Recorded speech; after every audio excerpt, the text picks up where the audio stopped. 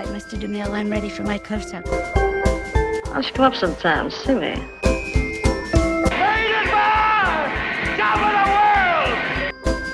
Fasten your seatbelts. It's going to be a bumpy night. The stuff that dreams are made of.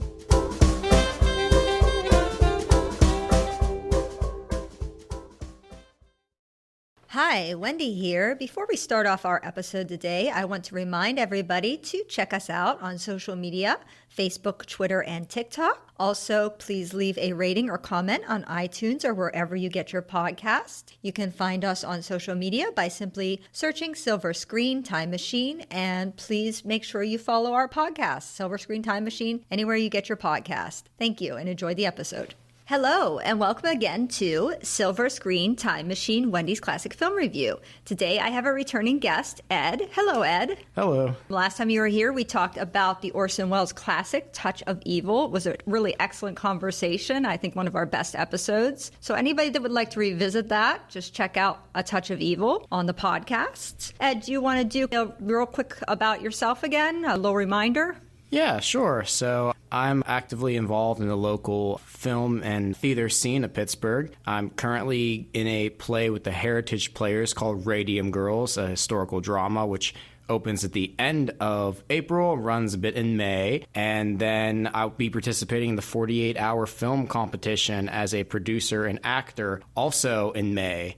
So those are a few of my current projects that I got going right now. All right, excellent. So everybody should go check those out. And Ed, is there a way they can follow you on Facebook or social media? So I'm Edward Kunz, that's Kunz on Facebook, and I post all about my creative endeavors, including sharing this podcast from time to time. Yay! We need all the shares we can get. You folks listening to us out there, feel free to share about our podcast and feel free to write us some reviews. We could use some reviews, especially on iTunes. That really helps podcasts get noticed, and we think this is a good podcast, and we hope that more people can hear this podcast. So you can help by sharing and writing reviews, and we would truly appreciate that. But let us get on to our film. We are getting in our time machine, and we are going back to 1963, and we are going to talk about HUD. My pick. Thank you for being so cooperative to let me pick the film today. HUD, 1963, nominated for 7 Academy Awards. It won for Best Actress for Patricia Neal, Best Supporting Actor Melvin Douglas, Best Cinematography Black and White James Wong Howe, and it was nominated for Best Director, Best Screenplay, Best Art Direction, and Best Actor. This film is based on a 1961 novel by Larry McMurtry. The name of the novel was actually Horseman Pass By. So much better. Yeah, not the best. That's a mouthful. Okay. Anyhow, Larry McMurtry was known for several of his novels, including The Last Picture Show, which was turned into a film, and Terms of Endearment, which was also turned into a film. He was a Pulitzer Prize winner for his novel Lonesome Dove, which was turned into a TV miniseries. And he won an Oscar. He also did some screenplay writing. He wasn't just a novelist. And he won an Oscar for his screenplay for Brokeback Mountain. Film most people I think are familiar with. He grew up in Texas on a ranch. Throughout his adult life, he was a rare book scout and owned several bookstores, including a store called Booked Up, which would become the largest antiquarian bookstore in the United States. He would eventually auction off a majority of the books in 2012, and he did advise on this film. Our screenplay by Irving Ravitch. Okay, we'll call him Irving. Yeah. And Harriet Frank Jr., a husband and wife writing team. 2 Oscar nominations, this film and a film called Norma Ray, both of them nominated for both. Irving met wife Harriet Frank when they were both working as writers for MGM. They went on a honeymoon and they returned from their honeymoon to discover that they had been fired from MGM. Just out of the blue. And then they would go on to I think they were picked up at Warner Brothers. They would freelance, and they would go on to collaborate on about 33 films, including 8 films with director Martin Ritt, who is our director here. It was Irving that picked up a copy of Horseman Pass By at the Dallas airport and brought it to Ritt to suggest adapting it to film. Harriet lived to be 96 years old, but Irving, he only made it to 89. Well, that's a good life for both of them, though. Yeah. I guess they showed MGM. Yeah. The screenwriting agreed with them. On to our director Martin Ritt. He started as a theater actor, but he would go on to work as a playwright for Federal Theater Project, which was a government-funded theater program in Franklin Roosevelt's New Deal, which was really interesting, I thought. I wanted to look more into that. But yeah, actually, I believe Orson Welles participated in that in some way. I don't know if it worked out too well. Oh, yeah? Yeah, I should have to look into that more. But he would eventually move to the group theater, which was kind of a precursor to the Actors Studio, where he would become a close friend of Elia Kazan. He would serve in the U.S. Army during World War II. He would then become a popular director of early television programs in the early 1950s. But he was blacklisted from television and film for his leftist policies and accused of being a communist. He would work in the theater during that time. He was suggested to direct the film The Long Hot Summer, which was an adaptation of a Faulkner novel and starred Paul Newman. And it was the screenwriter Irving Ravitch, or whatever his name is, who would suggest him, and that would begin their film collaboration. He is known for HUD, Norma Ray, and The Spy Who Came In From the Cold, which I've seen is actually a really good movie as well. Richard Burton stars in that film. Score by Elmer Bernstein. Elmer Bernstein, I love him. He is nominated for 14 Oscars. He won an Oscar for Thoroughly Modern Millie. We've talked about him before. When we did The Sweet Smell of Success, he did the music on that, and it was such a great score. And The Sweet Smell of Success is a great podcast to listen to. It was one of our first releases, so go back and check that one out. He was a child stage actor, including some work on Broadway, and he would turn to music at age 12. He received a scholarship to Juilliard. He served in the U.S. Air Force in World War II. In 1950s, he was brought before the House Un-American Committee, but he did not name names, and he was gray-listed because of the association and put on lower-budget films. He is known for his wonderful score in The Magnificent Seven. If you've seen that, that score just comes right to your head. It's wonderful. Also, The Great Escape and To Kill a Mockingbird. Also, some more current films. Ghostbusters. Did the score to Ghostbusters, and he supposedly composed the scary music in Thriller for Michael Jackson. Yeah, that's interesting. Yeah. Huh. I didn't realize that. It says that Elmer Bernstein used sparse arrangements for HUD's score in its theme. Bernstein insinuated natural sounds with poignant strings on the guitar. Variety called the theme vital and noteworthy, somber, plaintive, and foreboding. Which, yeah, I mean, if you listen...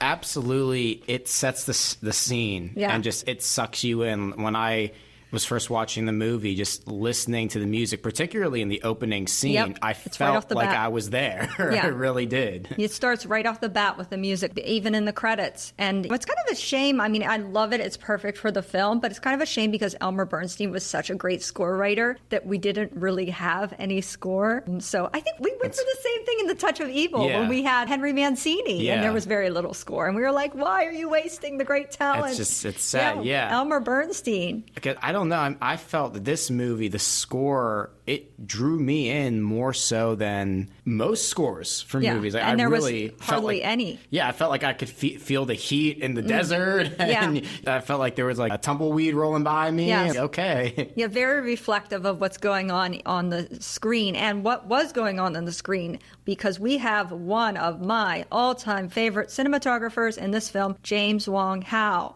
We also had him in The Sweet Smell of Success as well. Wonderful job in The Sweet Smell of Success.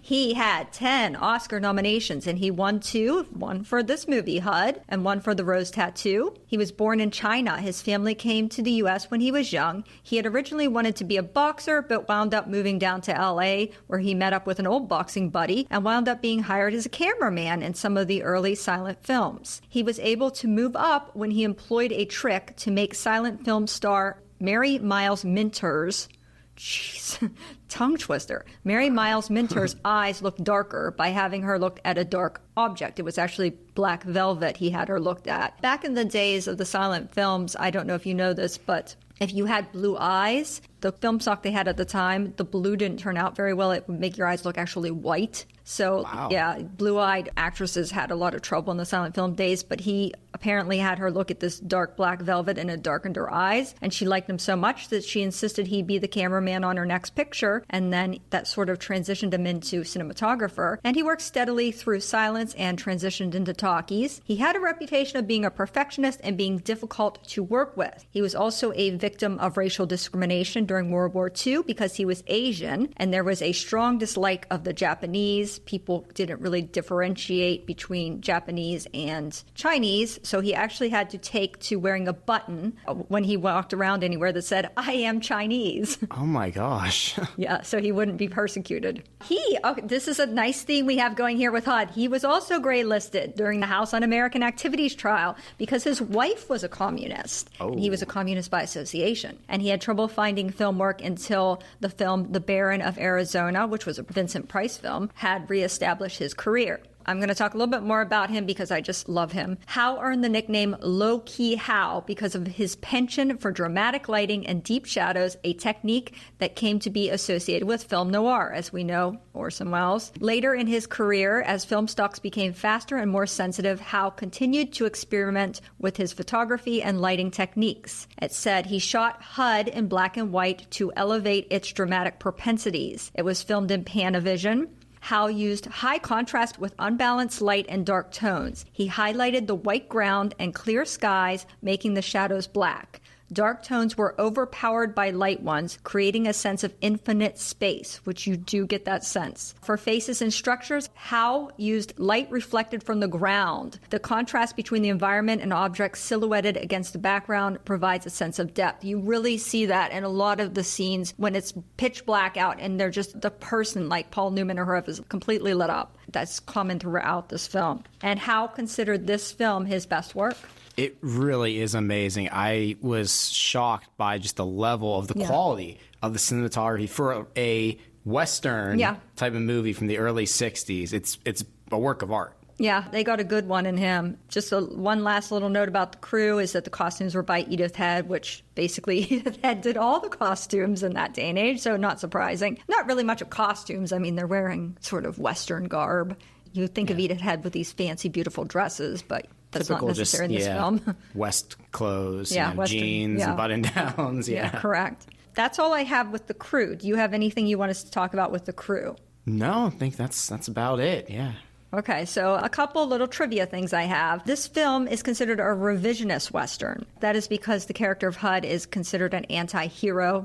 Now, this is going to be a lot of funny talk, but hopefully it's clear. The revisionist Western subverts the myth and romance of the traditional by means of character development and realism to present a less simplistic view of life in the Old West. While the traditional Western always embodies a clear boundary between good and evil, the revisionist Western does not. And this is considered a revisionist Western. You can see that.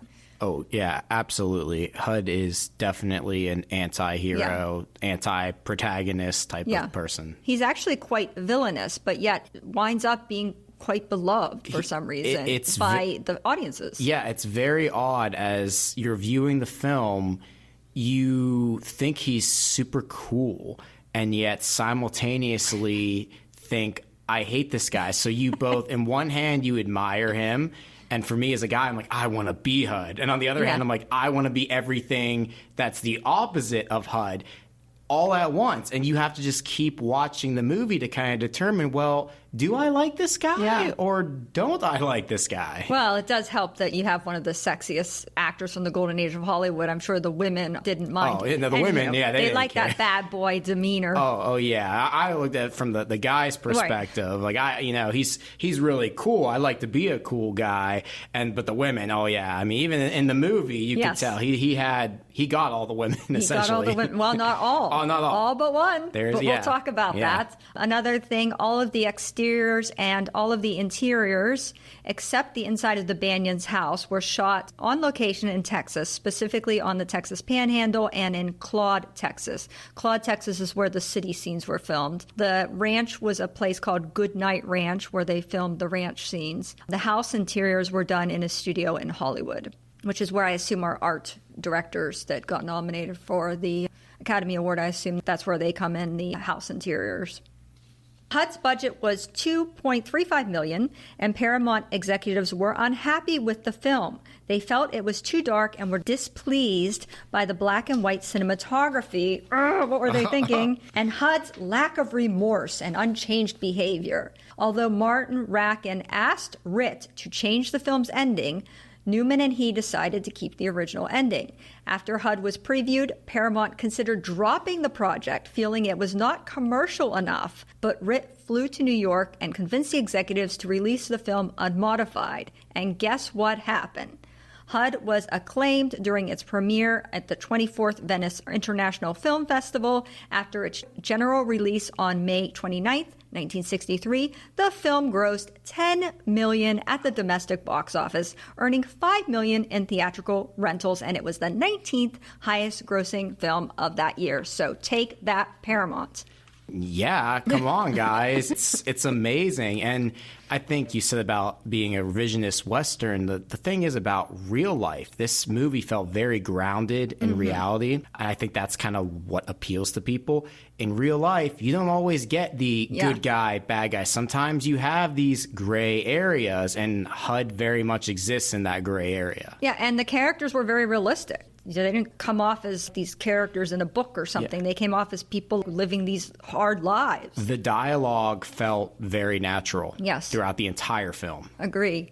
Okay, let's get on to it. Let's start it off. Let's get in there. All right, let's start right off from the beginning of the credits. That guitar music. I guess kind of a Spanish guitar sound. Yeah, I'd agree with that. And it lasted a couple minutes. It did. It went right through the credits. Yeah. Right through the credits. And you see right off the bat the stark landscape, the guitar music. You just see the road, the grass, and the sky. That's all you see. It's that infinite space that James Long Howe was trying to portray. He portrays it beautifully. It looks dead. It looks barren. It was amazing because to me, I'm like, it almost looks like this is just stock film. Yeah.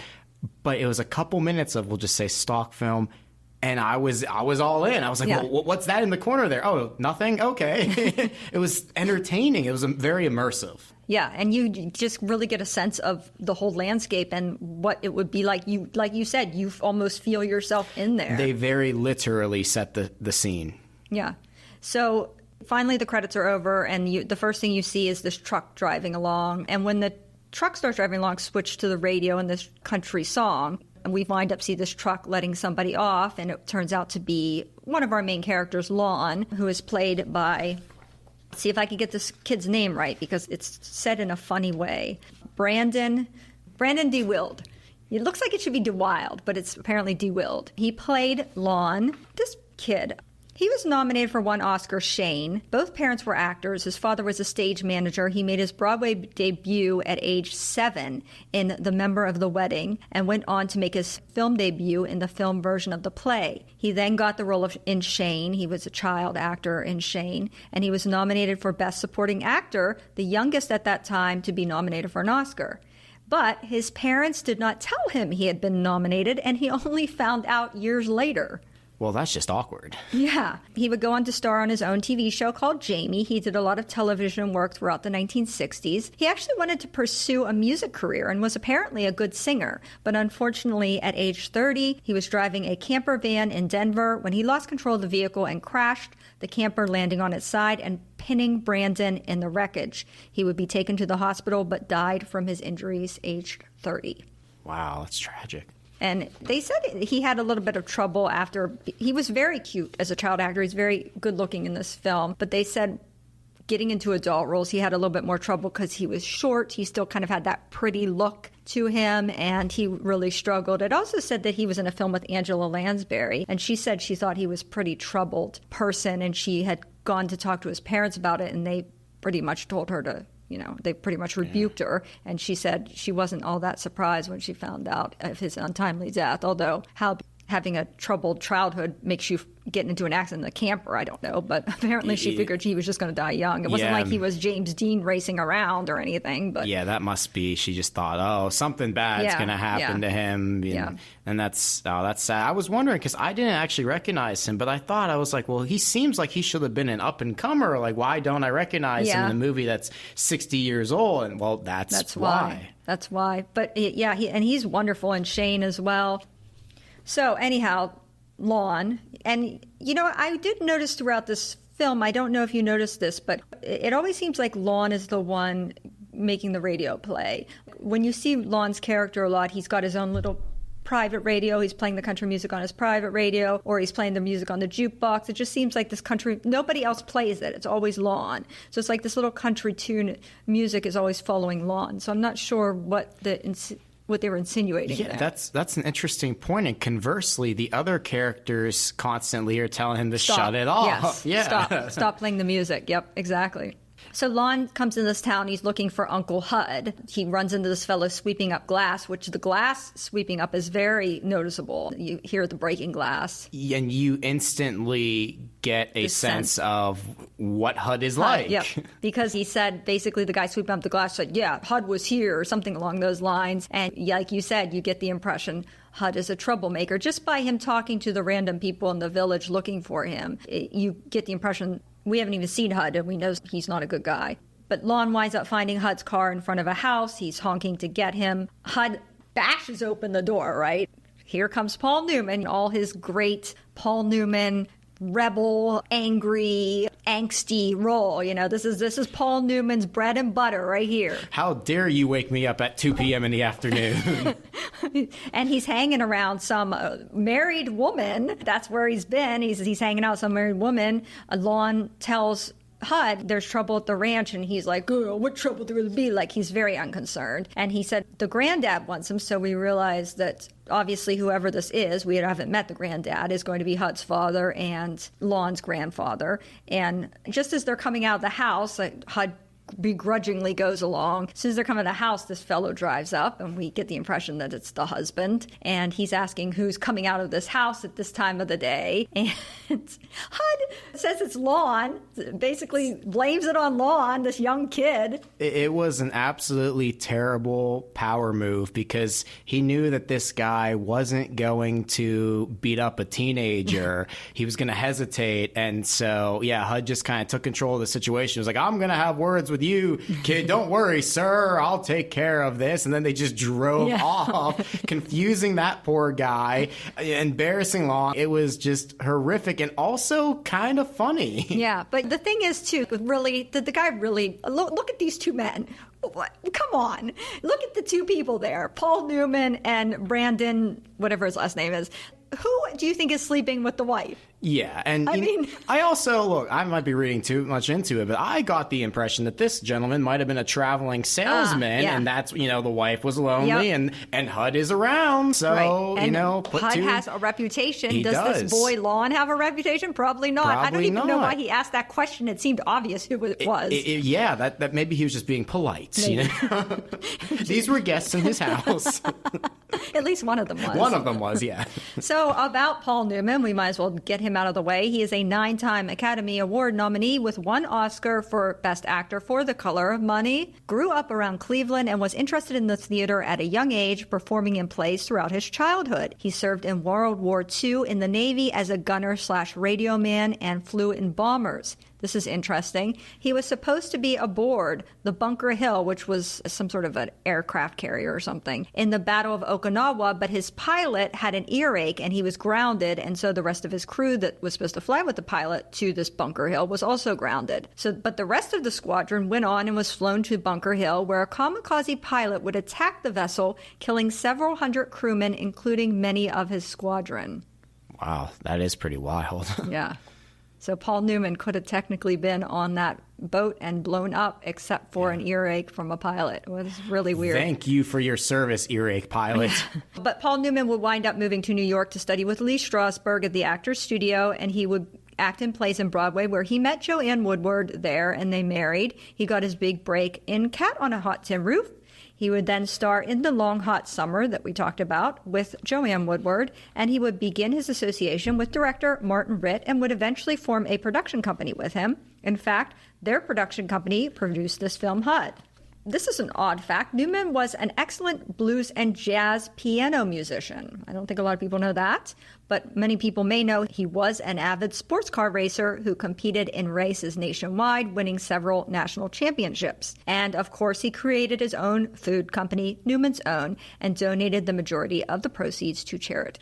I went years in my life not knowing that Paul Newman was the guy on the wrestling. Like, I was a kid eating it. And then I put 2 and 2 together one day. I was like, oh, wait, Mom, do you know? And she's like, yeah, it's like a whole charity thing. I'm like, that's so great.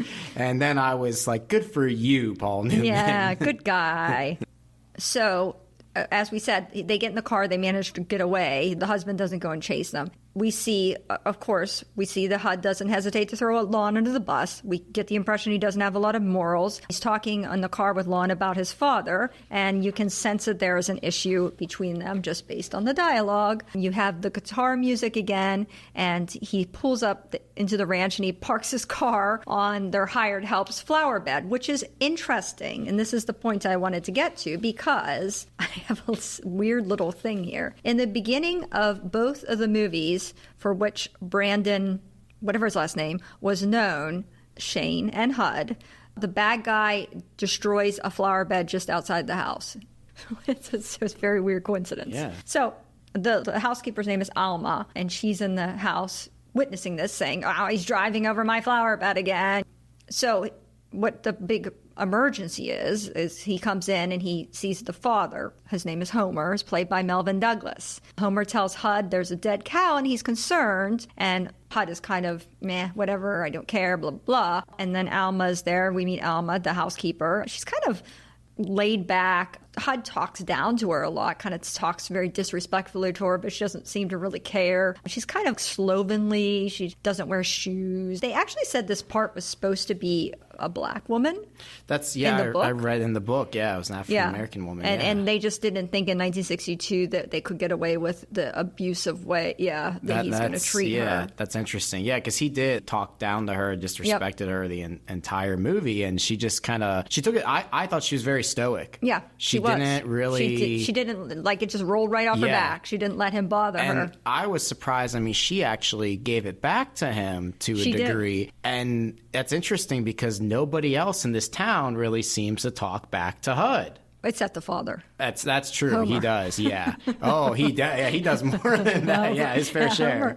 Speaking of Homer, Melvin Douglas. He is a 3-time Oscar nominee. He won 2 Best Supporting Oscars, one for this film HUD and one for the film Being There, which is a really nice film. He is only one of 9 actors to have won an Oscar, an Emmy, and a Tony. He started acting in repertory theater when he was a teenager. He served in the U.S. Army in World War I, and he also served in World War II, but in Special Service Entertainment Production Unit, which I don't think probably saw a lot of battle time, I would guess. Yeah, that sounds like a desk job type of thing. Well, I think it's an entertainment troupe. Oh, yeah, that would make more sense. So it's not a desk job, it's a performing job. Yeah, that's the impression I get. He had a lot of leading man roles in light drawing room comedies in the early 30s and 40s, but as he got older, he would play more serious roles and would be more critically acclaimed. Now, according to Melvin Douglas, the atmosphere was amiable and professional on the set, but not laughter-filled, thanks largely to the inward nature of the cast. He described Paul Newman as shy, almost withdrawn, and Patricia Neal as an internal person dealing with a difficulty in her own life we'll talk about in a moment when we get to Patricia Neal. He described Brandon, as moody, often to the point of being sullen, and frequently distracted in the manner typical of young people. So, interesting insight into how that went. Yeah, it sounds like he was really observant of what his surroundings. Yeah, I love Melvin Douglas, and I think he is fantastic in this film. Oh, absolutely. He was amazing. He literally is the core, as we're going to talk about, the kind of catalyst to the event that happens. And his performance just felt so natural as well. Yeah, he's great. So what happens is Homer says, let's go down and look at this. He convinces HUD to come down and look at this dead cow. And while HUD's there, he starts shooting at the vultures. And, okay, this is what begins a common thread here, is that Homer tells him, don't shoot at the vultures, it's against the law. And basically HUD's like, well, who cares? Nobody cares, blah, blah, blah. And Homer's like, I don't like you breaking the law on my land. I don't like the law being broken on my land. So you see the characters right away that Homer is very moral. And conversely, HUD had this whole little monologue where he's literally saying, I'm very gray. He says something along the lines of, yeah, if I feel like following the law, I'll follow the law. If I feel like breaking the law, then I'll break the law. So you can tell he's very much in that gray zone. But you also see that his father, Homer, is very much a moral, by-the-book man. Yeah, the apple fell very far from the tree in this particular family. And it's a big point of contention. It's the main crux of the plot, I think, to be honest. So they examine this dead cow, and then Homer says, we better call in a vet. And HUD starts flipping out. He doesn't want government men on this land, blah, blah, blah. And he's throwing a big fit about this. So obviously we can see now he's also anti-establishment as well. And that leads to one of my favorite lines from the movie. He says, we don't want to have these government men coming to our property. Don't you call them Pa or whatever. And Homer just goes, no, I think that I will. Yeah. And very much showing that he's still in charge. This is his farm, and he doesn't give a damn about how the town or anybody else views HUD. That's his son, and this is his farm. Yeah, and he's going to do what's right, or what he thinks is right. And throughout the whole movie, he always does what's right. No matter how much it hurts him or anybody else, he does the right thing. So he winds up leaving HUD and Lon with the cow, and then HUD just, see you, Lon. He just gets in his car. He's going off to womanize. That's his big pastime, apparently. When he's not working on the ranch, he's womanizing. He just leaves Lon there all by himself. And then, again, Lon has his little radio, and he's playing his little radio by himself, just sitting there all alone. But as HUD is riding back to town, who does he run into? He runs into Alma, who's on the road. She's broken down. Her truck is broken down. She asks for a ride back home. She's carrying all these groceries. First of all, he doesn't even want to give her a ride, and then he kind of grudgingly gives her a ride. And she's holding all these groceries. He won't open the door. She's struggling trying to open the door. And finally she has to ask him, can you open the door? And he's like he's all put out about having to open the door. Like he wasn't literally on his way there. This is a big issue for him. It's like, dude, it's 2 minutes out of your way. Yeah. And he's just really very disrespectful with her. And again, she just sort of takes it with grain of salt. I almost feel like this is a weird flirting thing that goes on between them. He's disrespectful and treats her like crap, and she almost in a way is flirting with him, but not completely obviously. Yeah, no, I very much got that vibe too from the first scene they had together. Is I was like, okay, well, clearly something is going on here romantically, but it's kind of under the surface, and neither one of them really wants to admit it. So there was this very weird tension between them. Yeah, I would say a very weird sexual tension between them, and that's why they both behave like they do to each other. Although Alma pretty much has this sort of dry humor, laid-back attitude towards all the people in the thing. She's not someone that can really be bullied. She's very much stands up for herself, and she tells it like it is. Yeah, and I viewed that as it showed that she was an out-of-towner. Mm-hmm. It showed that she never truly belonged with that community. It was just kind of, she was passing through. It was a job to her. Yeah. And that was that, because it felt like she was different than every other character that we met in that way, that she's just kind of like, whatever. Yeah. And then there's a scene as they go back with Lon and Alma. And Lon seems very fond of Alma, and Alma also of Lon. Is she a mother figure to him? But then he does seem to indicate some sort of interest in her as well later on in the film. So I'm not sure. I feel like he is confused by her. I feel like he feels a mother figure feeling towards her, but also has some level of attraction to her. So I feel it's a confusing thing for him. But I feel like Alma definitely is a very motherly to him. I think she saw him as like a son, and he also saw her as a mom. But then I was wondering about that too. I thought perhaps that was him trying to be like, I can be like Uncle HUD, because that's a reoccurring thing throughout this movie. Is he's torn between, who do I want to be like, my grandfather or my uncle? And so I was wondering if maybe that was one of those moments where he's like, I want to be like HUD, and he kind of fell flat. Yeah. But there's a low angle a lot on Alma. Did you notice that? Oh, no, that's interesting. Yeah, there's a low angle on her a lot, and straight on the men in a lot of the scenes. Not in all of the scenes, but a lot of the scenes.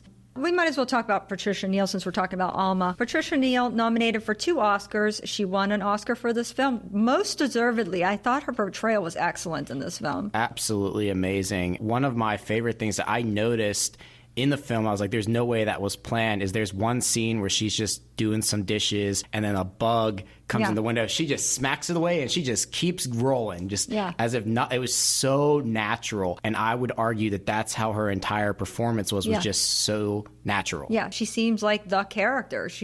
We don't know who Patricia Neal is per se, but this seemed like Alma. This didn't seem like Patricia Neal. She started out on Broadway and then would start working in films in the late 1940s. She met Gary Cooper while making The Fountainhead, which is a film I really liked. And she had a very publicized affair with him. She would join the Actors Studio in the 1950s. She married author Roald Dahl and had 5 children with him. Now, then she goes into these series of unfortunate things that happened to her. In 1960, her son Theo was hit by a taxi while in his baby carriage being pushed by a nurse and suffered brain damage. He had to have a lot of surgeries. Luckily, he was able to recover. I don't know to what extent he recovered, if he was a regular person or if he still suffered some sort of problem with brain damage or not. But then, after that happened, prior to the filming of HUD, their daughter Olivia died of the measles at age 7. And then, as if that wasn't bad enough, a little bit after HUD in 1965, while she was pregnant with their daughter Lucy, Patricia suffered a series of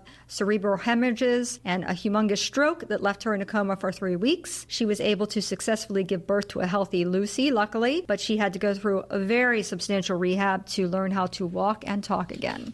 Don't know why she was befallen with all these accidents. Yeah, and a lot in such a short period of time, too. Very odd. It's not like you just said her whole life. No, that wasn't like 5 years. It's horrific. And actually, one of those tragedies is sort of what indirectly led me to HUD. So Wendy introduced me to this movie. However, about a year or two ago, I watched a movie called To Olivia about her and Roald Dahl's daughter. And one scene in that movie actually is supposed to be a recreation of the audition for HUD. Now, they didn't have the name HUD in the movie. They didn't have the rights because this was an indie film. So they just called it a modern Western.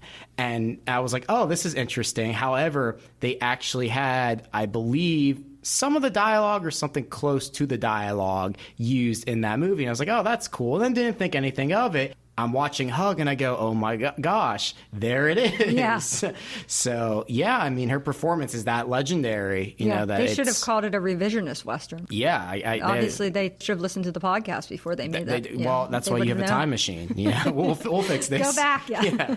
The last thing I'm going to say about Patricia Neal is an odd thing. She refused to reveal the name of her second husband, the man she married after her divorce to Roald Dahl, and then I couldn't find any information on it either, so it's very odd. But she is also known for Breakfast at Tiffany's. She plays a role in that as well, which was another podcast we did, so we talked about her in that as well. Okay, back to the plot. I thought this was a very significant scene. The grandfather, Homer, and Lon talking on the porch. Homer seems very fond of Lon. He carries around a picture of Lon's dead dad. What is the name of the father? Morgan or...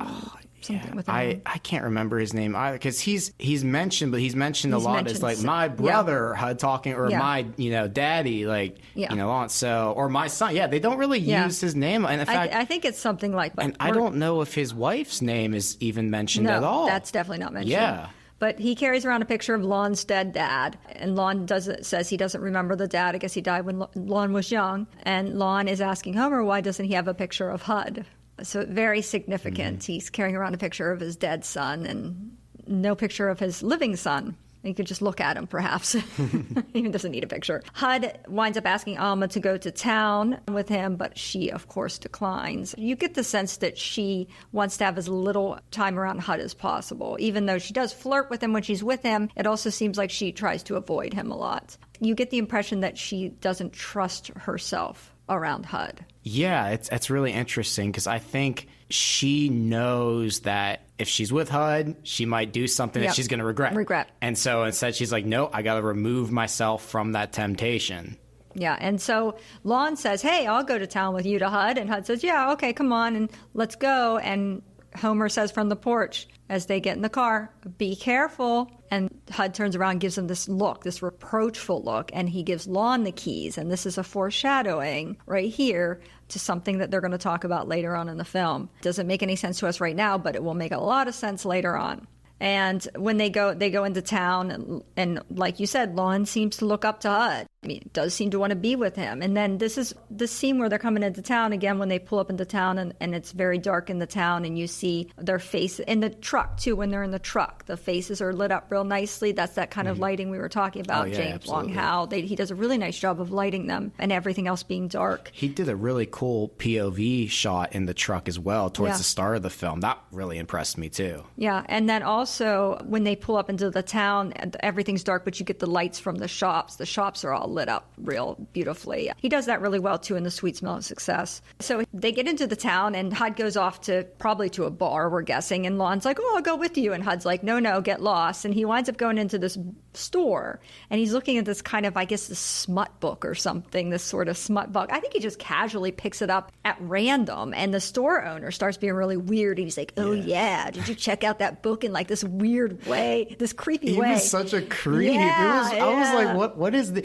Hey, have you read that book, kiddo? Did you check out that book? And I think Lon's trying to be like, oh, big man. Like he's like, oh, yeah, I read this book. Twice. Yeah. And he's like, back to back. And then the guy says something like, what did you think about the first time he took her? Yeah. And you can see that Lon doesn't like it. And then I think this is Lon's character. He doesn't like disrespectful treatment of women. He feels this is a disrespectful way this man is talking about the woman. He just pretty much shuts up the book and picks up another book. And at this point, Hud catches up with them again. He's walking by, and Lon's following him again.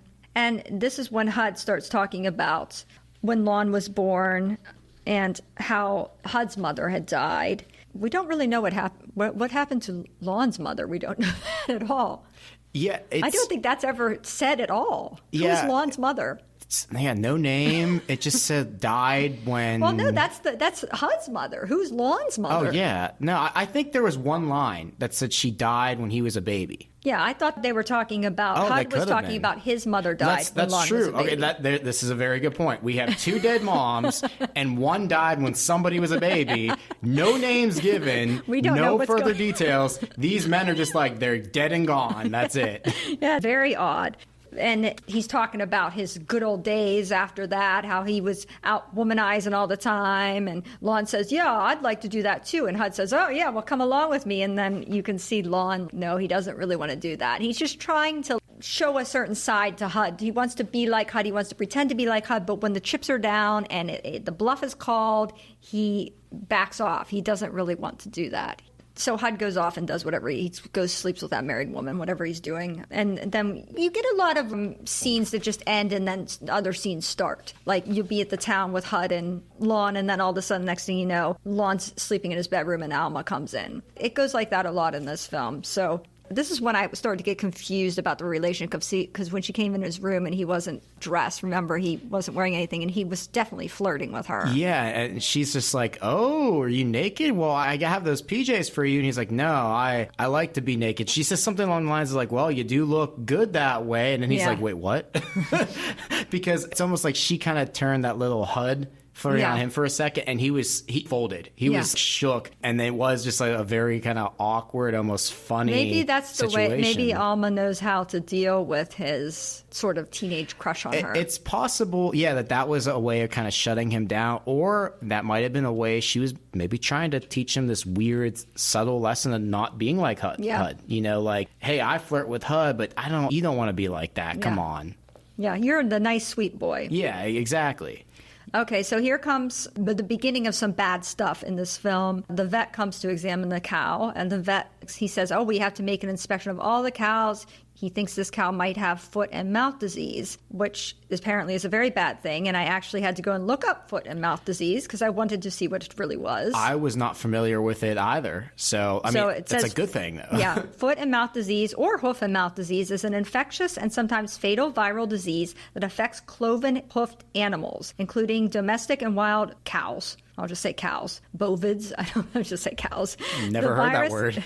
I got this right off of Wikipedia. The virus causes a high fever lasting 2 to 6 days, followed by blisters inside the mouth and near the hoof that may rupture and cause lameness. FMD has very severe implications in animal farming since it is highly infectious and can be spread by infected animals comparatively easily. Its containment demands considerable efforts in vaccination, strict monitoring, trade restrictions, quarantines, and the culling of both infected and healthy animals. And when I looked up what culling is, they mean killing. So what they're talking about here is a real thing, and it's a very serious problem, and the vet's explaining them. And at this point, when the vet's explaining this to Homer and Lon, Hud is there. And this is something I started to notice, and I probably, if I went back to the beginning of the film, I would see this more, but I just started noticing it at this point. Every time people are talking, like Homer and Lon are talking just to each other, or they're talking to somebody else, Hud isn't there, but he always has his back to them. Mm-hmm. He's always talking with his back to them.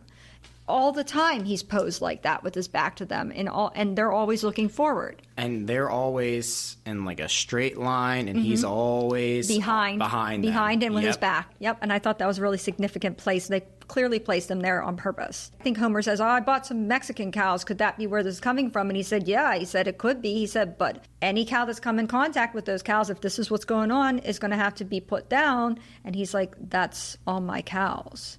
It feels so sorry for Homer. It's just absolutely, it's heartbreaking. Yeah, it's really heartbreaking. Just truly tragic, because this is his whole life. Yeah, I was going to say, it's not just his livelihood. It is literally his life. This is all he's known. He's raised some of these animals for generations since he was a kid. And to hear that he's going to have to straight up kill all of them is just tragic. And it makes him broke, essentially, too. Yeah, true. Yeah, as you said, this is also their livelihood.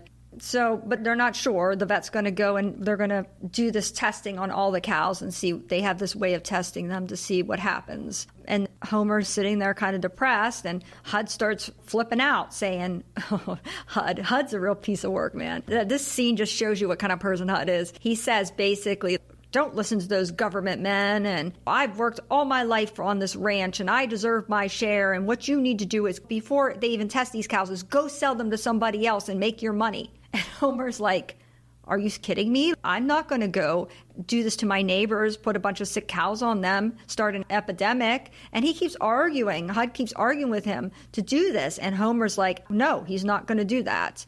And Hud's like, well, you don't even know if they have this disease. And he's like, well, I'm not going to do that to somebody. And he calls Hud unprincipled, which clearly he is. Absolutely. That's a nice way of putting it. Yeah, and Hud winds up leaving. I like this roving camera shot with Hud coming up the hill. This is when they're herding the cattle into the little thing to be inspected. There's a nice roving camera shot with Hud coming up over the hill on his horse. There's a lot of nice roving camera shots, to be honest, in this.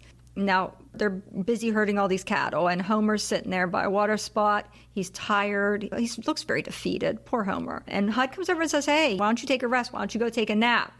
And at this point, the camera's looking down on Homer. It's almost like you said, point of view, because Hud's up on his horse, and the camera's looking down on Homer like you're getting it from Hud's point of view. And as soon as Hud suggests, oh, maybe go take a nap, Homer's like, no, I'm going to finish this. Homer's a very strong person. He's not going to suggest that he's weak and needs to go take a nap. They round up the cattle. This part, and there's so many symbolic things in this part, but Lon comes up and he has these two longhorn cattle, and he said, hey, I found these old longhorn cattle, and he says there aren't many of these left, and Homer says, well, he keeps them around for old time's sake to remind him how things are, and then he starts talking about the olden days of ranching.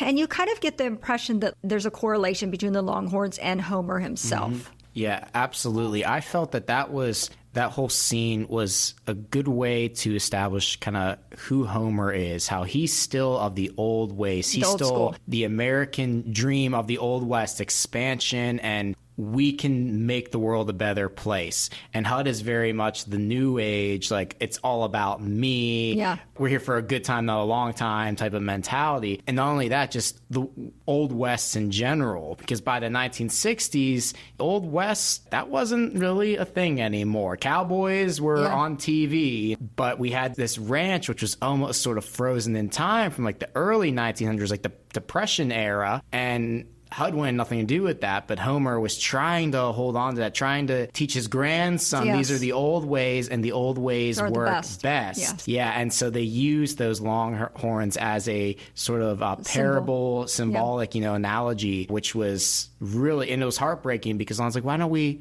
let them go? Yes, and he does say that. Although Homer loved, because those were like his pets, Yes. essentially. Homer said, no, that wouldn't be right. He says, no, they have to go along with the rest. No, they have to go along with the rest. They have to. Yeah, he says have to. It's not like a thought. There's no afterthought. He says we have to send them with the rest.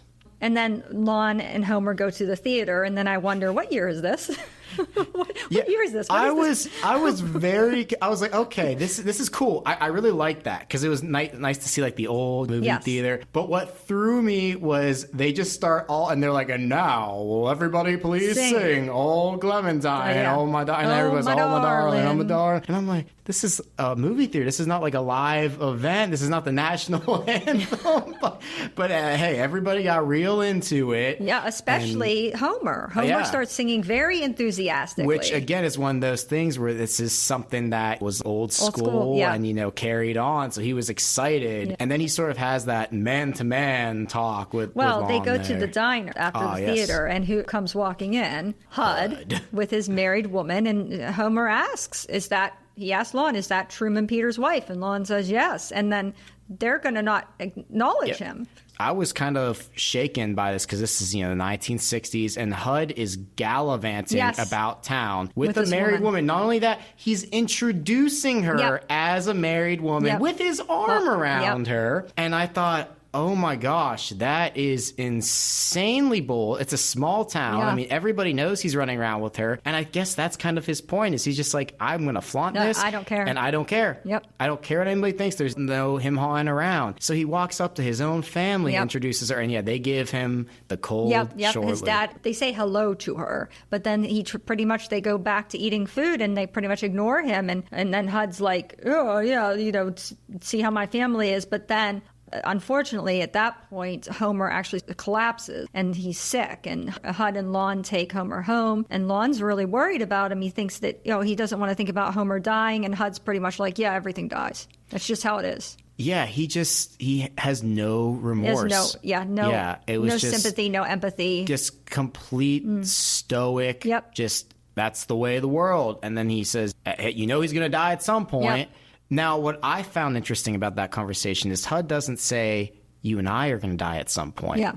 He says, grandfather, Homer's going to die, men, dogs. He's specific about his dad dying, specific about animals. Never says, like, I'm going to die, you're going to... Because, again, he has this whole mentality, I'm here for a good time, not for a long time. He knows that death is around him, but he never seems to think that it's anywhere close to him. And that's why he's always doing these outlandish, risky, terrible things. Yeah, you get the sense that in this day and age, you would say that Hud is a narcissist. Oh, yeah, he definitely is a narcissist. So they take Homer into the house. Hud's going to go take Homer into the house, but Homer says very pointedly, Lon will take care of me. And basically, that's another rejection of Hud. There's a lot of times when Homer is rejecting Hud, and we say that Hud has no feelings and Hud has no empathy and sympathy, but you can see some hurt in him. I mean, the anger masks it, but you can see several scenes where he's very hurt by the way he's treated by Homer. What winds up happening is Alma comes home and she goes into her house. She has a little separate house from the main house, and Hud follows her over, says, are you going to invite me in? She invites him in. Again, this is some nice lighting in this scene as well, everything else being dark, the light on the actors. And then all of a sudden, Hud is really flirting with Alma in this scene. And then, this is significant, Alma's talking about this gambling, no good husband of hers. And I think that, and she even makes reference later on in the film that Hud is like this husband of hers. And that's, to my mind, she feels she is very susceptible to this kind of person. And that's why she's doing a really hard job of holding herself, not letting herself give in to Hud. I feel like that's part of the thing. Yeah, I was proud of her because that's like a live and learn type of thing. Yeah. You see, in real life, your friends, it's like, you're making that same mistake again. Yep. But with her, she's like, no. She's a very strong female character. Very strong. And extremely emotionally aware of how she's feeling about things. Yeah. Another thing in the scene, did you notice the whole part of the scene where he's playing with her, he's holding a flower? I did, yeah. I thought that was really ironic. It was interesting. He was like smelling the flower and smiling and twirling He was it. being very charming, the charming HUD. And I think at one point she's kind of considering this, but then... She did invite him in, so... Yeah, she gets common sense, gets a hold of her, and she knows better. And now they're on to this cattle inspection. And poor Lon, he's trying to put these cattle in a pen, and he gets mashed against the fence by the cows, and Homer's instantly worried about him, and HUD's like, oh, get up, shake it off, shake it off. But then Lon passes out, and HUD has to carry him into the house. Alma's all worried about him. She's asking, should we get a doctor? And HUD's like, he'll live. He doesn't need a doctor. And you get the sense that this is probably the way HUD was treated by his father whenever something happened to him, and that's why he has the same attitude towards Lon. That's an interesting point, because it almost seems like Homer has kind of mellowed out. Yes, I agree. And he's part different of that, with Lon. Yeah, part of that might be he lost a son. I agree. Yeah. I agree 100%. I think that's exactly it. I think he's probably like, you got to be tough, you got to be a man with HUD, and maybe even his son, but losing the son, I think, struck home. And yeah, I think he's much more different with Lon. Which causes some resentment within HUD, because he's basically, totally. Why wasn't I raised this way? So HUD's just trying to pass along what he's trying to treat Lon the way he was treated. Yeah. But Alma's trying to take care of Lon. He tells her she's beautiful and good. And again, the contradictory, paradoxical thing with him, she's very nurturing towards him in this scene. Is she a mother figure, or is he attracted to her? I don't know. But then you see the sign, they're putting up signs at the ranch's quarantine. You get the guitar music, you hear the breeze blowing. There's a very sad sense at this particular part when they're putting up the signs. All they're doing is putting up signs, but with the music and the way the desolate look to the scene, it gives you a very sense of sadness. Homer's on the porch. He's upset, and of course HUD's just angry as usual, like, you're letting my inheritance go down the drain, basically is what he's worried about. Homer's saying, hey, if those cows do have this thing, we're in trouble. And HUD's like, yeah, we're in trouble. We're going to be broke. And he's still complaining about the government. He goes on and on about the government. Lon comes in, and he's playing the radio again. Of course, they always tell him to turn the radio off. Poor Lon can't play his radio, his little country music song. Then you go to a scene where she's in the kitchen making something, and HUD's looking for his whiskey. He's all drunk at this point because I guess, he's worried about his inheritance. He's not worried about the cows for sure, but he's worried about his inheritance. And he comes up and starts trying to kiss her neck, and she's not impressed by him. And she's basically telling him, like, I want you to treat me more romantically if you want a response from me. And he just gives up. And she said she doesn't want him. She calls him a cold-blooded bastard. And she said she already did her time with one cold-blooded bastard. And that's why I said the reference with her husband. Yeah. So then HUD's going to go to a pig scramble, which is a place where apparently the cowboys run after a bunch of pigs that are running around a pen and try to catch them. And so, spoiler, he ultimately wins. But here's the thing.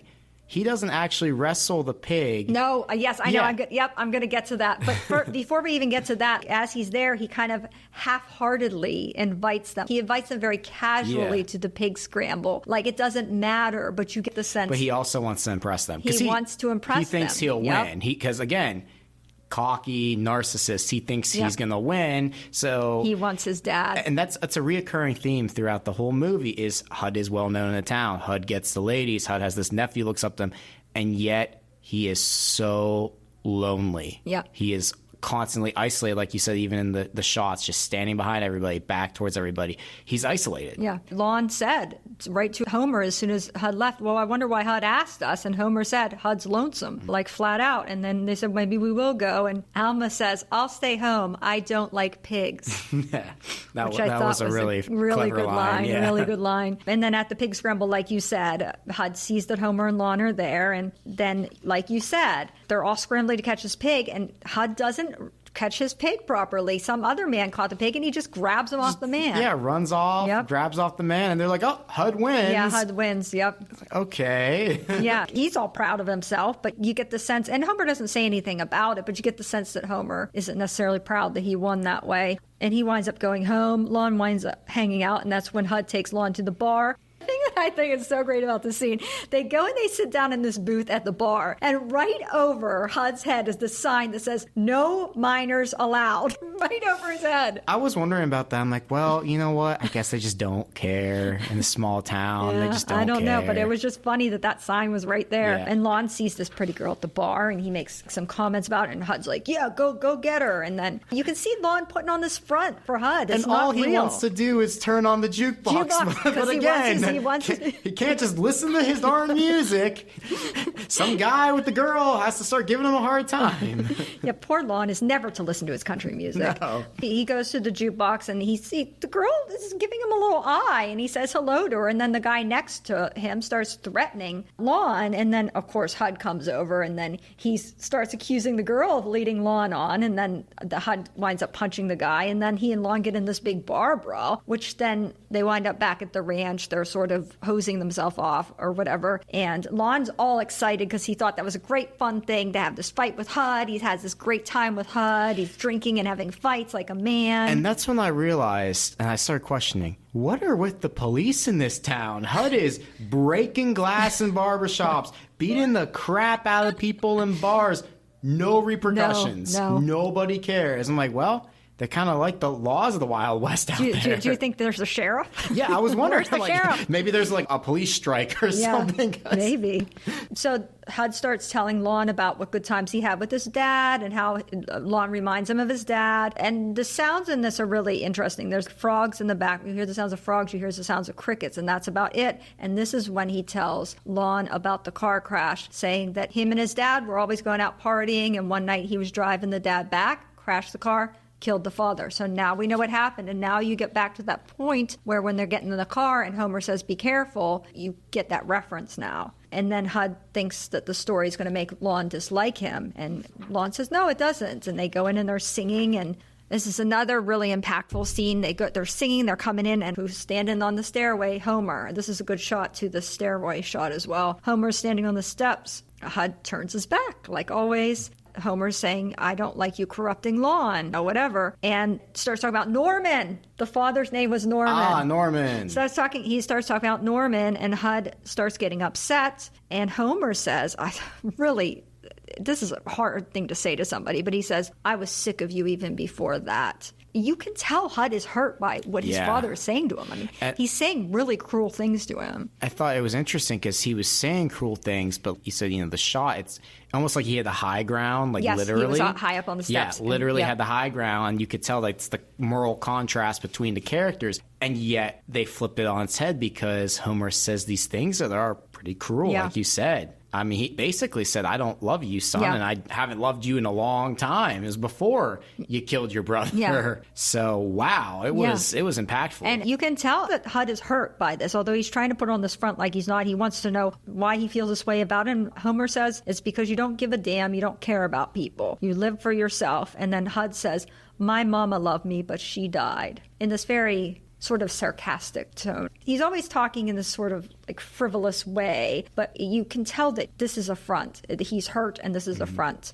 Lon's saying to Homer, why are you picking on Hud? You're too hard on Hud. And Homer's, again, he doesn't want Lon to wind up like Hud. He thinks the young generation is losing morals and he wants Lon to be like him. And this is one of the better scenes in this film, I think. Since they got back to the house is a great scene. And then Hud's upset. He's trying to pretend he doesn't care. He's down in the kitchen. He's looking for Alma, which I think is... He asked several times, where is she? I think that's significant as well. I think in a way he wants that sympathetic, womanly mother figure as well, even though he doesn't really view her that way. I think maybe in his psyche, where he doesn't even know, that's what he's looking for. Hud just needed a hug. Yes, exactly. He needs a hug. So Lon comes down there. He tells him to get out of there because he's upset. He doesn't want him there. And then next thing, they're at the rodeo. Lon's just hanging around there. Hud comes up and says, hey, have you got good seats for the rodeo? And he's like, oh, well, I'm going to get these $2 seats or whatever. And he gives him $10. And he's like, hey, this is $10. This is a lot of money. He's like, take it. And he's like, just stick with me. And then Hud climbs up on the fence, and there's a really nice pan up with the camera when he climbs up on the fence. And then he tells Lon that he's going to a lawyer to try to get the father declared incompetent. And Lon gets really upset. He says, take your money. I don't want your money. And he says, look, I just want my share of what's coming to me. And then he's like, you need to look out for yourself. Don't worry about everybody else. This is the advice he's giving Lon, and he puts the money back in his pocket. And then Lon goes and tells Homer, and the next thing you have another one of those confrontational scenes with Homer coming into Hud's room. Hud's lying on the bed. Again, Homer is standing over Hud. Hud's low, he's high. There's a nice shadow when he walks into the room. Hud's telling Homer straight out he's old and incompetent because he bought Mexican cows to infect the herd and tells him he's going to get the ranch. Homer basically says, over my dead body. Yeah, he basically says that. Yeah, and Homer says, well, maybe he has been too hard on Hud. He's reflecting on what Lon said, maybe. But then he says he could be too hard on him. But then the next thing he says is he wonders how it could be possible that Hud is his son. Yeah, and then Hud just basically says, because... You're stuck with me whether you like it or not. Yeah, he's like, because I'm my mama's son and you're my daddy. Yeah. It's like, okay. Yeah, like you're stuck with me whether you like it or not. Oh, he runs out the door and he knocks the doors off the hinges. He's very dramatic. And this is the big scene. Whenever there's a big scene coming up, they have this frog and cricket sounds, I feel like, when there's something dramatic is happening at the ranch. And I only noticed it once or twice, but that's interesting. Yeah, it's actually throughout the whole film. It's very immersive. Again, you literally feel like you're part of the family and you're there. You're in there. You're in the scene. Hud is on his breaking point, right? He is very upset. He keeps having these fights with his father. Plus he's drunk, I'm sure. And he sees Alma out in her nightgown or night dress or whatever out on her front porch. They have a low angle on Hud here as well. And then she sees him and she kind of flees into the house. I mean, she knows something is up. She flees in the house. She's trying to lock the door. She's not having any success locking it. And Hud just kicks the door in, basically. And the light was on at the time. He turns off the light. And then they just do a really beautiful job with the lighting in this particular scene. It's all dark, again, with those key lighting on the actors. And the way they do this attacking scene with the different angles and the different lighting, what's happening is that Hud is attacking Alma. He's trying to rape her, basically. It says, to accentuate the scene's violence, Hud's roughness was complemented by the use of shadows. Yes. And a camera was attached on Newman's back to create a man's view angle while he chased Neal. Again, the POV shots. I was very surprised by those because I thought that's a relatively newer concept. No, amazing POV shots this entire film. Yeah, and just that scene, it's just all these flashes, different angles, this and that. So you get a sense of what's happening, but you don't see clearly what's happening, but it's very frantic and chaotic. It's frantic, but not graphic. Yep. It's really well done. I knew it was coming. I could see their entire relationship. I knew that it was Something coming. Was gonna happen. And it was the build up, this was the climax to it. But before anything really horrible can happen, Lon shows up. He tries to pull Hud off of Alma, and then Hud actually gets Lon down. He's about to punch him, and I guess he realizes what he's doing, and he stops. He doesn't punch him, and he just walks away. And Lon then is trying to make excuses for Hud. Oh, he's drunk. We ask if she needs a doctor. She tells him to get out. She tells Lon get out. And then he comes out. Hud's outside, and Hud says, "What are you looking at?" And he says, "I'm looking at you, Hud."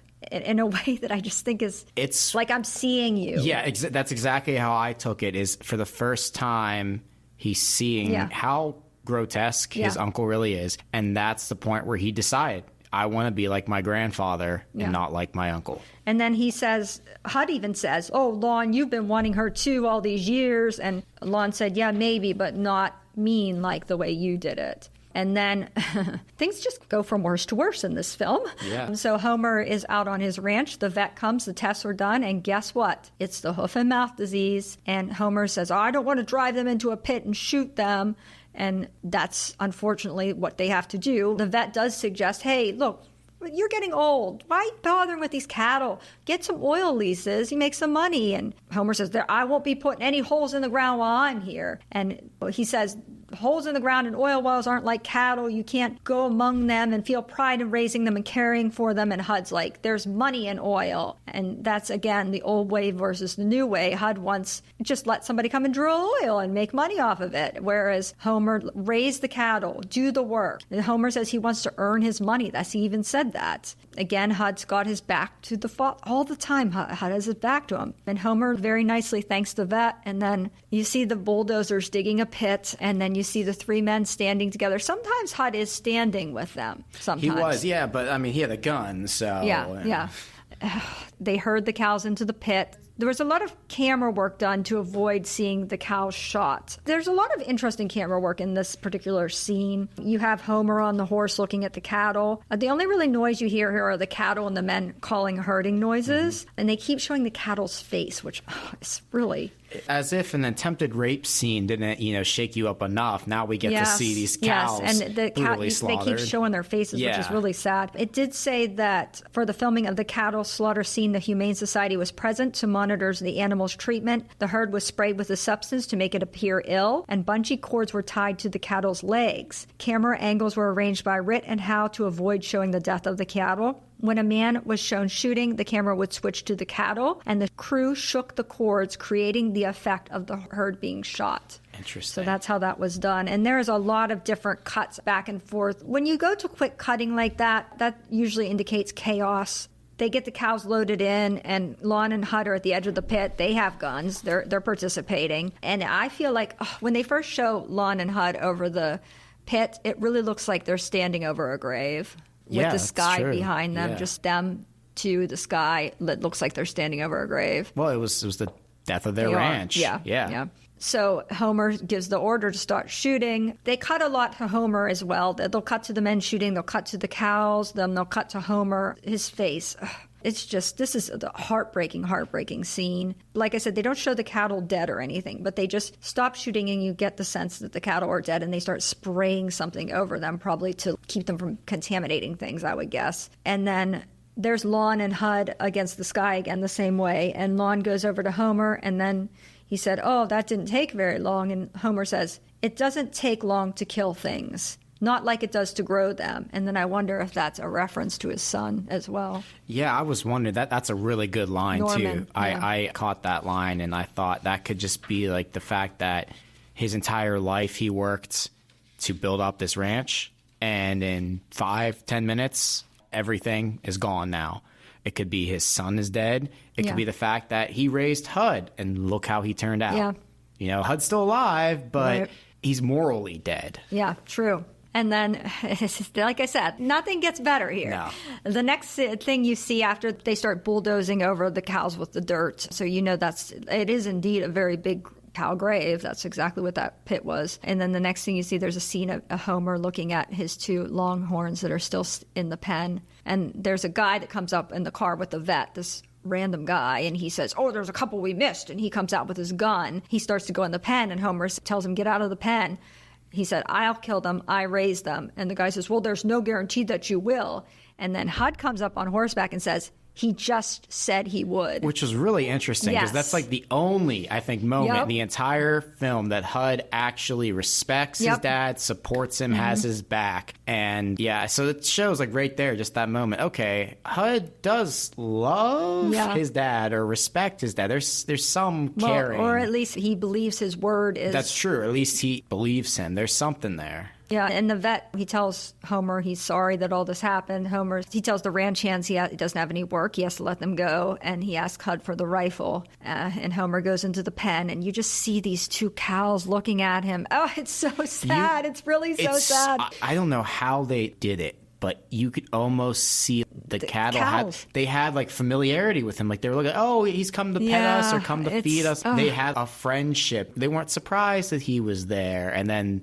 boom, boom, boom, boom, boom. Well, before that happens even, Lon follows him into the pen. And Homer says, "I don't know if I can kill them." And then he says, "But I guess I can." And he tells Lon to go, and he walks towards the longhorns. You don't see him doing anything, but I'm wondering, is this an example of killing longhorns symbolic for killing the old way of life? This is the end of the old way. And then Lon goes over to Hud before he shoots him. Then you hear the shooting. There's 4 shots. And Hud says, "Those old bulls are hard to kill." You wonder if it's a reference to Homer, actually. Yeah.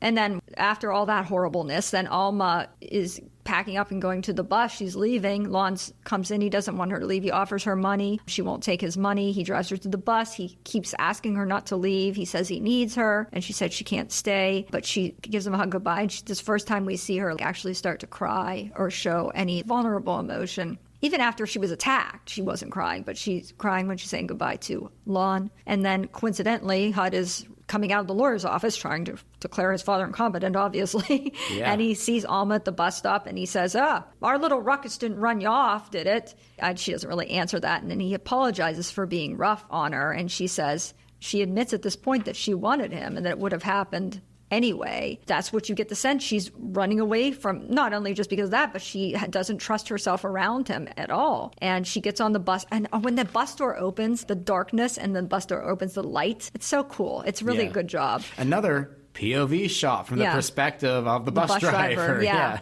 And she gets on the bus, and what does HUD said? He said, "You're the one that's got away. The only one that wouldn't go with HUD." He never had to get rough before with a woman because they always went willingly. Yep. And then she put up the fight and then left. Another rejection. Yeah.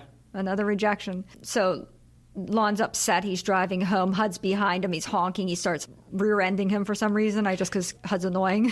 That was the dumbest thing. You have a beautiful car, man, and you're literally ramming that's your dad's. The pink Cadillac. Yeah. It's like, this is your car, and you're ramming your dad / your nephew's truck. Like, this is the family truck. What are you doing? Yeah, and so at first HUD's laughing, ha ha ha, and then Lon's like, what is he doing? And then I think he's trying to play the radio too at this point. Yeah, again, as always. And then all of a sudden, there's this flash, and you just see Homer crawling across, and he slams on his brakes, and that causes HUD's car to really crash into his car, and it knocks them off the road. And HUD's like, "What are you doing? Why did you stop so suddenly?" And Lon's like, "Granddad's out here. He's out here. He's on the road." And then they find him. He's trying to crawl across the road. He says he was out, and he fell off his horse. HUD tells Lon to get in the car and get an ambulance, but the car won't start now. And then HUD tells Lon, "Go bring the whiskey." And he brings the whiskey, and Homer says, "Don't make me drink that stuff." See, he's still to the end. He's not going to do anything to alleviate his pain. He's not. Yeah, and he's going to be to the end. No tough. corruption, no vices, not even booze. Yeah, and no crutch. Yeah, no crutch, yeah. And then he tells Lon he wants to give up, which Lon says, "Oh, you never quit anything, grandfather." And then I'm going to finish the whole narrative with this because we don't want to give away the ending completely, but I thought this was such a significant moment. He says, "HUD's waiting on me, and he's not patient, man." And that's the end. That's not the end, but that's the end of what we're going to talk about. That's the end for us. That's the end for us. So I feel like I've had an emotional experience just from that going through it. Oh my gosh, it's an emotional experience, this film. It is. I would not be surprised if some viewers would cry. Oh, I do. At the end. I was so stunned just by the performances. Like I said, it's very natural. And then I also have reflective goggles. Like, this movie is over 60 years old. Yeah. And when I look at it from today's standard, I'm like, okay, well, there's a lot of provocative stuff out there today, but 60 years ago, my goodness, to deal with abuse, alcoholism, father and rape. son, rape, father and son squabbles, just having slaughter animals. It just so provocative, but yet very tastefully, powerfully done. Beautifully done. You're right. Beautifully done. Beautifully shot, beautifully acted. And again, we've said this several times, so immersive. You feel like you know like these people. I mean, quite frankly, I felt like I was one of the ranch hands experiencing all of this. And I think that's another reason why it's such an emotional thing, because you're being emotionally impacted because you feel like you are part of the story, what's going on. Absolutely. I don't know if any, maybe a few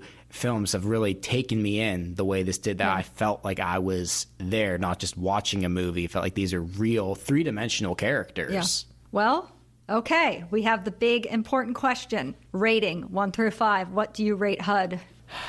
It's so tough. I'm going to give it a 5. I was back and forth between 4 and 5, but it's just so artistic. Yeah, it's artistic. It's so moving and thought-provoking with the symbolism, with, like you said, the immersion with the POV shots, with the contrast and the lighting. Just being filmed in black and white, very powerful. The acting, it did not feel like acting at all. The dialogue felt completely natural. It just felt like you were there, almost as if it were a dream. Yeah. So I think that deserves a 5. Yeah, and you know what? I never give 5s. I've given 1 5 the whole time I've ever done a podcast. This will be the second time this is a 5. This movie is one of the best movies ever made, in my opinion. It's not my favorite movie. I have a more favorite movie, but this movie in all aspects is almost perfectly done. Your actors are perfect. Every main actor in this gave a phenomenal performance. I'm not a big fan of Paul Newman. I know that's unpopular opinion. I feel like he plays this exact character a lot, but he played it so effectively in this,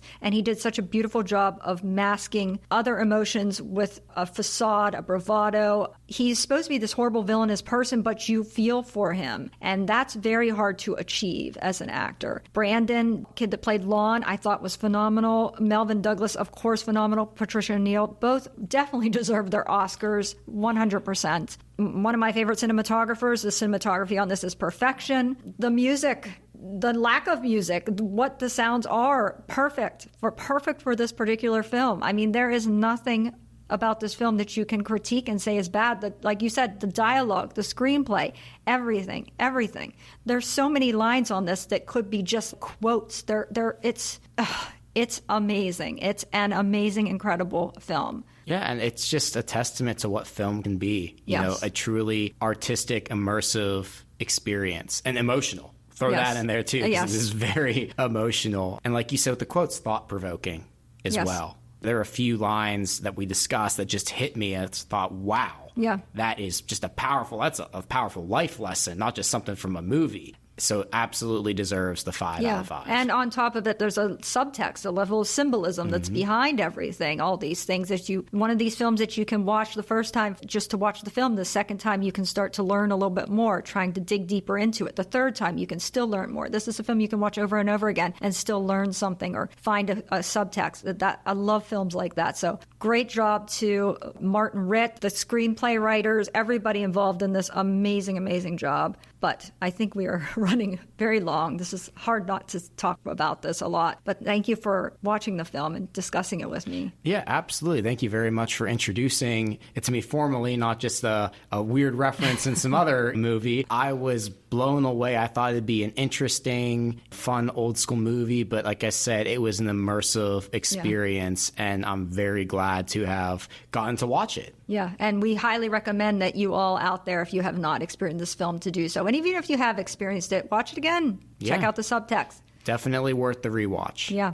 All right, so that winds it up for today. So for Silver Screen Time Machine, Wendy's Classic Film Review, this is Wendy saying goodbye. Thank you for listening to our podcast today. Please don't forget to follow us on Facebook, Twitter, and TikTok. And please leave us a comment or a review on iTunes, Spotify, or wherever you get your podcast. Intro and outro music composed by Heidi Engel. Artwork by Tyler Birch. Produced and edited by Wendy Whittick. Recorded at PCTV Studios, Pittsburgh, PA. See you next time.